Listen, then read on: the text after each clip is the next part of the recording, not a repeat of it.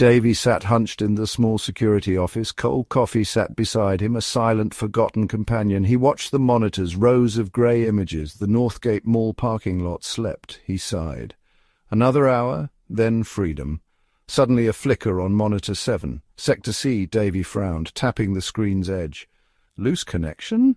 Perhaps. He leaned in, breath fogging the cool glass. The image stabilized, still empty. Just asphalt, painted lines, a lone shopping cart. Then it happened. A shimmer. Like heat haze on a summer road.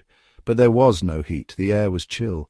The distortion grew, pulsed a soft blue light. Right in the middle of Sector C, Davy sat upright, his chair scraping loudly. Was he dreaming? Sleep deprivation played tricks. He blinked hard. Once, twice, the light intensified, brighter, then it solidified. A shape formed, a human shape, where moments before, nothing. Now a man stood there, still, unmoving. The blue light vanished. Davy's heart hammered. He wasn't asleep. This was real. His hand reached for the mouse. Click, rewind, play. The man appeared again, out of thin air, materialized. Davy reached for the phone, fingers trembling. Security. Northgate Mall, Sector C. We have a situation. He stumbled out of the office, keys jangling. His footsteps echoed down the service corridor towards the parking lot. The air outside was crisp, cool. Davy approached Sector C cautiously. His hand hovered near his radio. There he was, the man from the screen, standing beside a faded yellow line. He was tall, lean, his clothes wrong. Rough spun fabric, earthy tones, leather straps, a simple tunic, strange, soft boots. His hair was long, dark, held back by a leather thong. His face, weathered, eyes like ancient stones. Watching, waiting, calm, so utterly calm. It was unnerving. Davy stopped a few feet away. "Sir!" he called out, his voice weak. The man's head tilted, a slight, curious movement. "Sir! Are you all right?" Davy tried again. Louder, the man opened his mouth. Strange sounds, guttural, melodic, like a forgotten song. An ancient language, lost to time. The man held something in his hands. A scroll or a very old map. Made of a material Davy couldn't name. Not paper, not parchment. Something else. It seemed to pulse with a faint, inner light. The man looked at Davy, then at the scroll. He gestured. An invitation, a plea. Davy felt a shiver, not of fear, but of something else. Awe, deep, profound awe. This was beyond strange. The man took a step forward. Davy instinctively tensed, but there was no threat, no aggression, only that deep, unsettling calm. The man gestured again, more insistently, towards the object he held, the scroll. The scroll was perhaps 2 feet long, rolled tight at one end. The visible part was covered in intricate lines, symbols, not letters Davy knew, not any alphabet he had ever seen. He held it out, offering it for inspection. Davy hesitated. What was this thing? The material was odd. It felt warm, even from a distance, almost alive. The faint glow seemed to emanate from within the symbols. They shifted, changed, as if the map, if it was a map, was redrawing itself. Constantly updating. This was impossible, utterly impossible. Yet it was happening right before his eyes. The man spoke again, the same strange flowing sounds. His tone was earnest, pleading, perhaps. He pointed at the scroll, then he pointed towards the mall entrance, then towards the sky, as if trying to explain a journey, a destination, or an origin. Davy shook his head slowly. "I don't understand," he said softly. The words felt inadequate, small, faced with this mystery, this ancient presence. A car pulled into the parking lot, an early bird shopper. The driver slowed, stared. Davy saw the surprise, the confusion on their face. The spell was broken, the quiet intimacy of the moment shattered. The modern world was waking up, and it was about to collide with something impossibly old. The man looked towards the approaching car. His calm remained, but a flicker of something new entered his eyes, awareness of more eyes upon him. The first car was a harbinger. Soon others followed. Deliveries for the bakery, mall walkers in tracksuits, early staff. Each vehicle slowed. Each driver stared. Phones began to appear. Small, dark rectangles held aloft. recording, capturing the strange man, the bewildered security guard.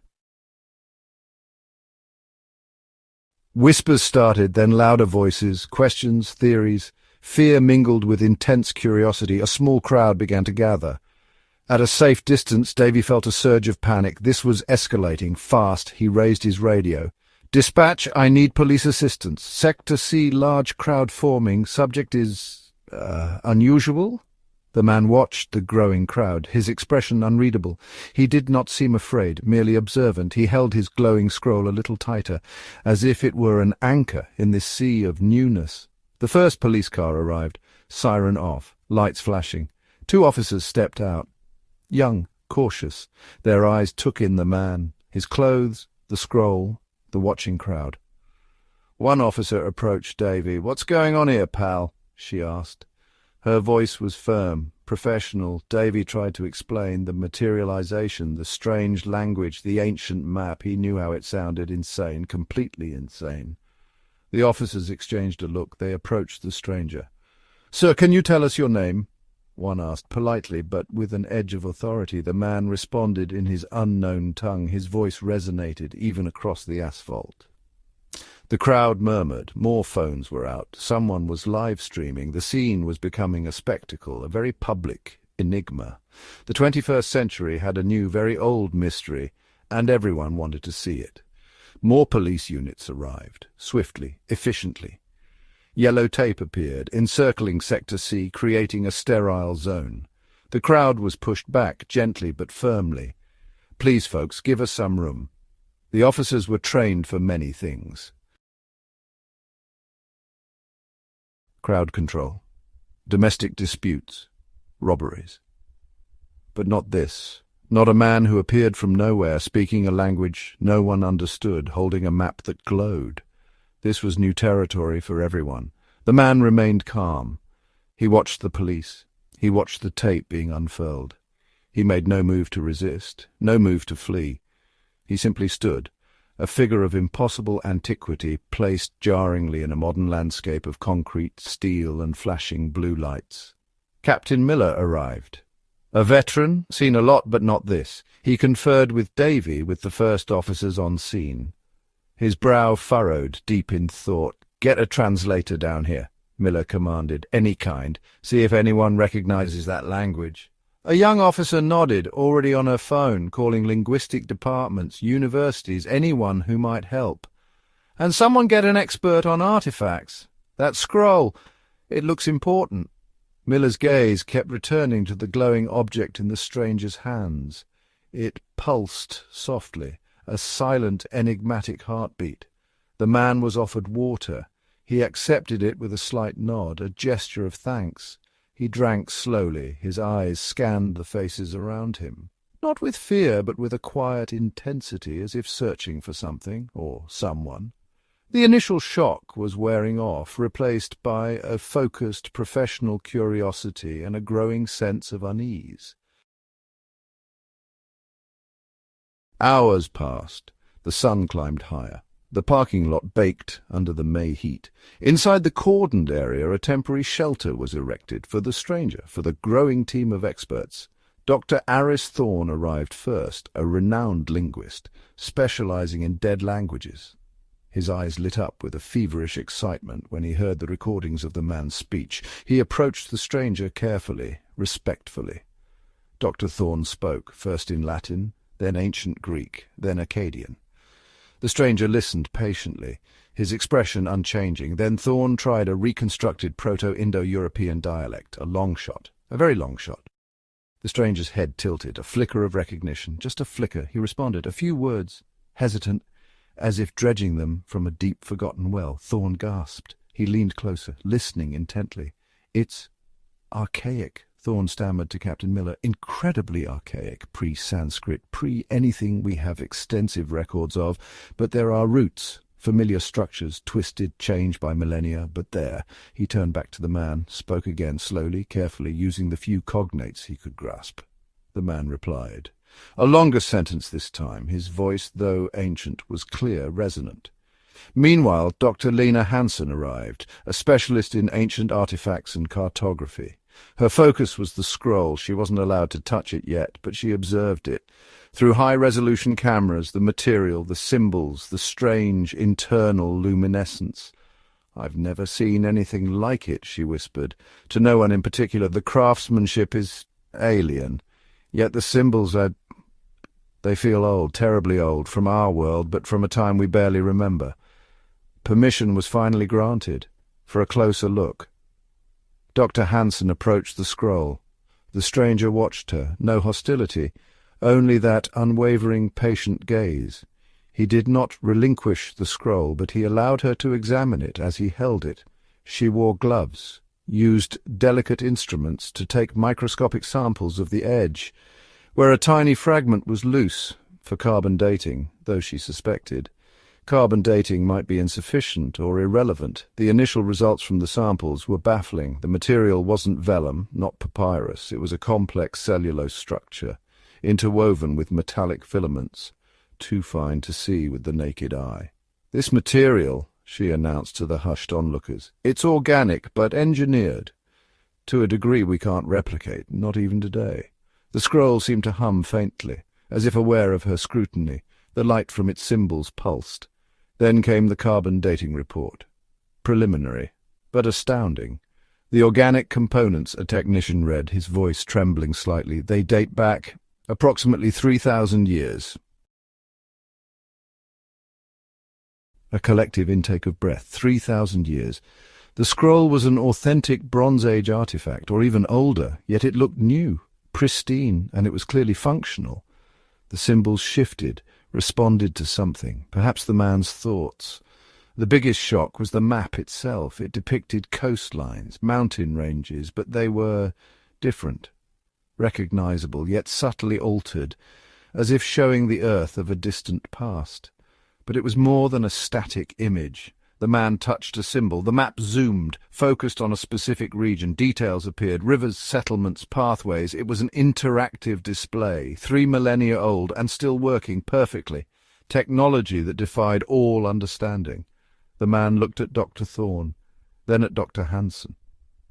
He seemed to understand that they were beginning to grasp the magnitude of his presence, of his artifact. He spoke, a longer phrase this time.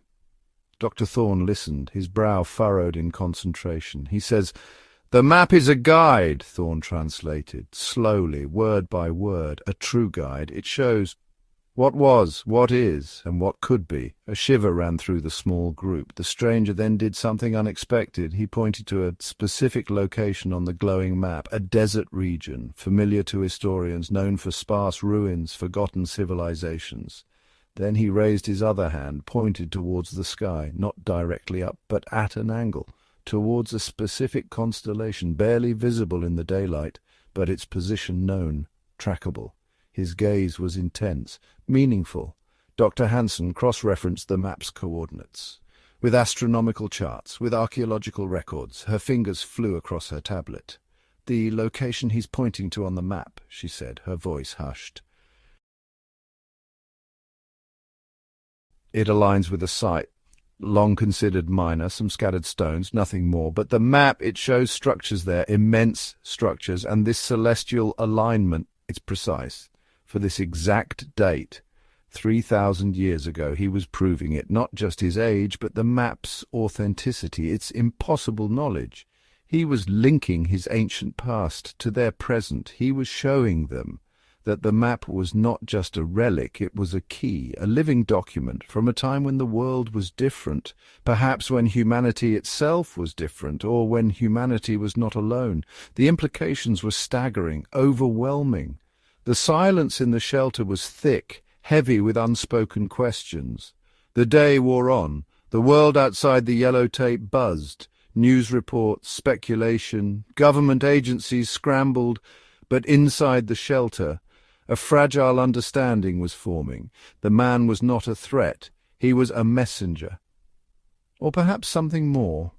He looked directly at Captain Miller, then at Dr. Thorne. His eyes held a profound sadness, mixed with a steely resolve.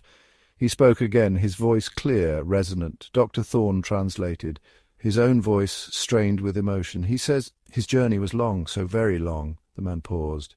He touched the map, one glowing symbol. It pulsed with a stronger light. A deep, resonant hum filled the air. "He is not lost," Thorne continued. "He did not arrive by accident. He is a keeper, one of many, from a time before." The man's gaze swept over them all, one by one. "He says, the world has forgotten its true path, its true heritage." The man then used his finger to trace a line on the map, not to any known land, not to any continent on earth. The line extended outwards from a familiar coastline into the vast, empty ocean, and then beyond, off the projected surface of their world, towards the stars, the symbol he had touched earlier. It wasn't a place on Earth. Dr. Hanson gasped, looking at her own monitors, comparing the map's projection. "That's not a terrestrial map," she whispered, her face pale. "Not entirely." The man looked at them, a final lingering gaze. He spoke 2 words in his ancient tongue. Dr. Thorne translated, his voice barely audible. He says, "They are coming." Then the stranger closed his eyes, and the glowing map in his hands flared, brilliantly, blindingly, and then silence, utter, complete silence. The implications of his words hung heavy in the air. The crowd outside the yellow tape buzzed with speculation. News reports flashed across screens. Government agencies scrambled for answers, but inside the shelter a fragile understanding was forming. The man was not a threat, he was a messenger, or perhaps something more.